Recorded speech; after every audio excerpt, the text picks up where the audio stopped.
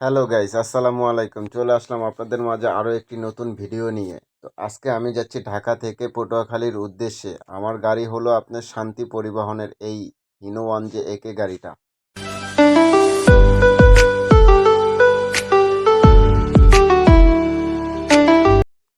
আমার কাছে গাড়িটা খুব ভালোই মনে হলো। অল ওভার গাড়িতে উঠে খুব ভালোই লাগলো। ড্রাইভার মামা খুব ভালো ছিল, যার কারণে এফোর্টটা খুব কম পড়ছে। বাট আমার কাছে মনে হলো যে না, গাড়িটা আসলেই খাগড়াছড়ির গাড়িটা যে পটুয়াখালী রুটে এত সুন্দর টানতে পারে আগে বলা ছিল না ভাই।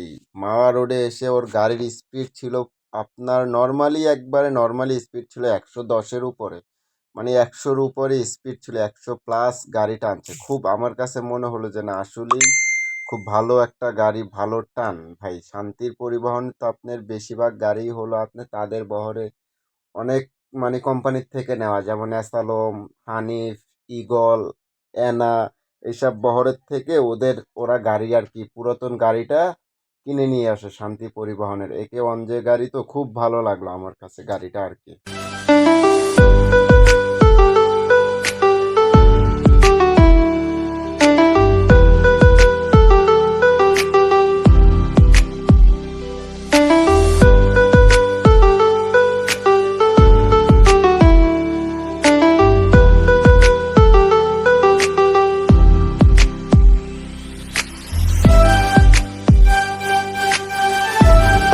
খুব আফসোসের বিষয় হলো রাস্তায় একটা হানিফ মামারে দেখলাম না। সামনে ছিল রয়্যাল এক্সপ্রেসের এই গাড়িটা, তার সামনে ছিল আমাদের গ্রিন লাইনটা।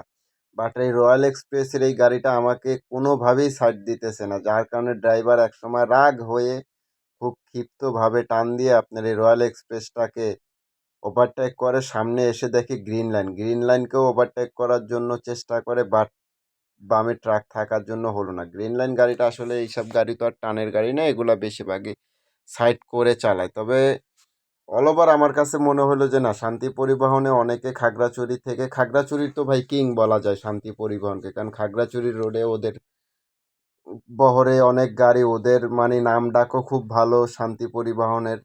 তো আমার কাছে অল ওভার মনে হলো যে না, শান্তি পরিবহনটা খুব ভালো। আপনারা চাইলে একটাবার হলেও ভ্রমণ করে দেখতে পারেন এই শান্তি পরিবহনের গাড়িটাতে।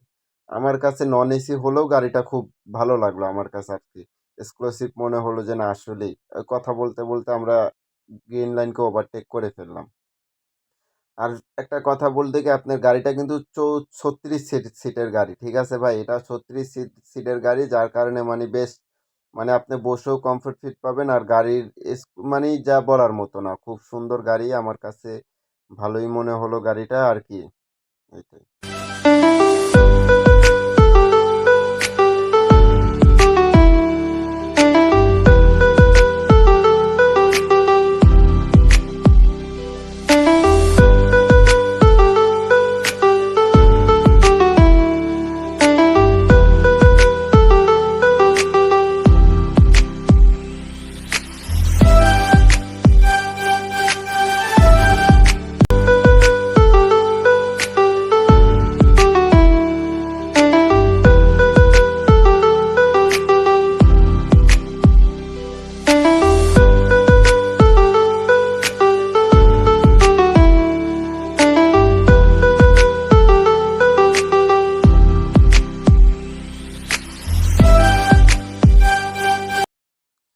আসলে আমরা সায়দাবাদ থেকে গাড়ি তুলছিলাম রাত্র প্রায় 1:30টার দিকে। তখন হয়তো মানে রাস্তায় গাড়ি ওই, আপনার চাইলে সারা রাত্রি এখন গাড়ি আছে, অ্যাভেলেবেল গাড়ি পাওয়া যায়।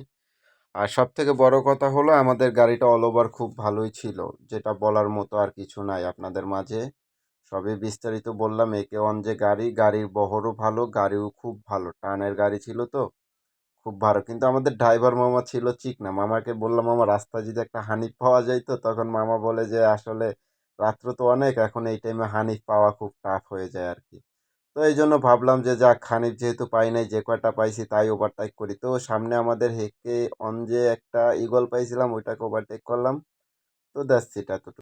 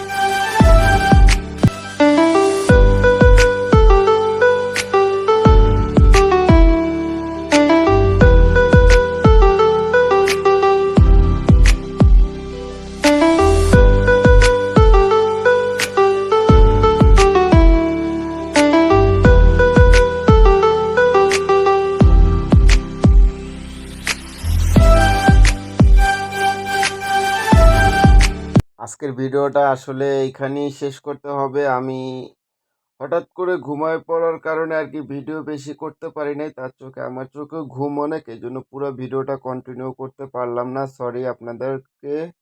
এখানে আজকের ভিডিওটা আমি শেষ করতে চাচ্ছি। সবাই ভালো থাকবেন, সুস্থ থাকবেন। পরবর্তী ভিডিও দেখার জন্য অনুরোধ রইল, যারা আমার চ্যানেলটা এখনো সাবস্ক্রাইব করেন নাই তারা খুব তাড়াতাড়ি আমাদের চ্যানেলটা সাবস্ক্রাইব করে নেবেন। নতুন নতুন ভিডিও পাওয়ার জন্য আপনাদের কাছে চলে যাবে আমার নতুন নতুন ভিডিও। আপনাদের একটা সাপোর্টের কারণে হইতে পারে আমার একটা ভালো কন্টেন্ট, ভালো একটা ভিডিও। সবাই ভালো থাকবেন, সুস্থ থাকবেন। আল্লাহ হাফেজ।